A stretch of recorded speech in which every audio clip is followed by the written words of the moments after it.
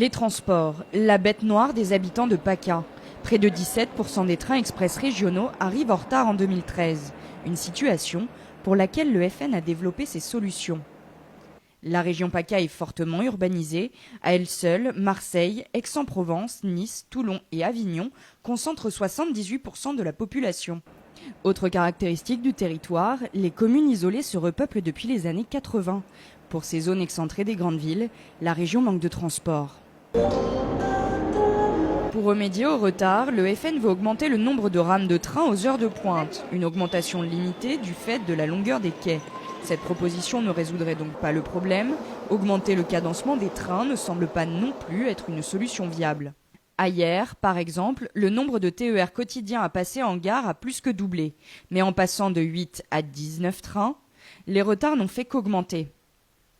Avec un réseau déjà très engorgé, la proposition du FN risque d'aggraver la situation. Le FN veut créer une police ferroviaire régionale sur le principe de la police des transports francilienne, un dispositif sous l'autorité du préfet de police. Problème, légalement, la région n'a pas son mot à dire sur la sécurité dans les transports ferroviaires. La loi Nouvelle Organisation Territoriale de la République précise que la sécurité n'est pas du ressort des régions.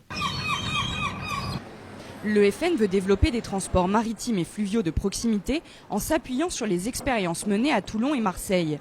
Mais la région n'a pas de compétences en matière d'organisation de transport fluvial. Elle travaille en étroite collaboration avec les acteurs portuaires, soutient leurs investissements, mais n'est pas décisionnaire. Dans la cité phocéenne, la navette maritime est gérée par la Régie des transports et financée par MPM. À Toulon, par la communauté d'agglomération. À Marseille, la navette maritime n'est en service que l'été. 3 mois d'exploitation coûtent 3,6 millions d'euros et ne rapportent qu'un petit million. Le développement de ce transport est fortement freiné par les financements. Si elle est élue, Marion Maréchal Le Pen pourrait bien avoir des difficultés à mettre en œuvre ses propositions.